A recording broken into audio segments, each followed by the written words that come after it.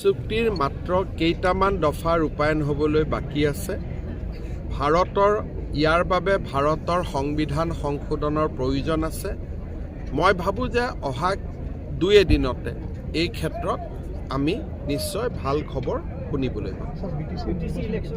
BTC নিৰ্বাচন আমি ছেপ্টেম্বৰ মাহত অনুষ্ঠিত কৰিম। ছেপ্টেম্বৰৰ 30 তাৰিখৰ আগতে আমি BTC নিৰ্বাচন শেষ কৰিম, যাতে বিধানসভাৰ নিৰ্বাচনৰ আগতে আৰু অলপ বেছি আগতে আমি এই প্ৰক্ৰিয়াটো শেষ কৰিব পাৰোঁ। আৰু যদি কিবা কাৰণত অসুবিধা হয় আৰু এসপ্তাহ 10 দিন, কিন্তু দুৰ্গা পূজাৰ আগতে নিশ্চিতভাৱে আমি BTCৰ ইলেকশ্যন শেষ কৰিম। চাওক, এই গোটেই বস্তুটো নিৰ্ভৰ কৰিব দিলীপ শইকীয়া আৰু প্ৰমোদ বড়োৰ ওপৰত। গতিকে তেওঁলোক দুইজনে বহি একেলগে খেলাৰ সিদ্ধান্ত লয়, নেখেলাৰ সিদ্ধান্ত লয়। যোৱাবাৰুতো আমি একেলগে খেলা নাছিলোঁ, পিছত একেলগে চৰকাৰ কৰিছিলোঁ।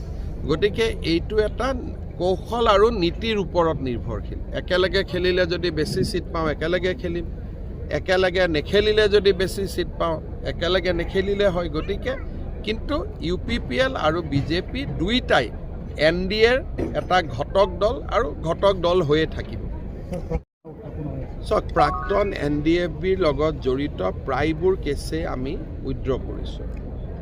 কেইটামান 7-8টা কেছ চাৰ্জশ্বিট হৈ যোৱাৰ কাৰণে আমি শান্তি চুক্তি কৰাৰ আগতে চাৰ্জশ্বিট হৈ গ'ল। সেইকাৰণে সেই গোচৰকেইটাৰ ওপৰত সিদ্ধান্ত কোৰ্টে ল'ব পাৰে। কোৰ্টক আমি অনুৰোধ কৰি আছোঁ যে আমি চৰকাৰে শান্তিৰ কাৰণে কেছকেইটা উঠাই ল'ব বিচাৰে, কোৰ্টৰ তাৰ বাবে অনুমতি লাগে আৰু আমিও চেষ্টা কৰি আছোঁ।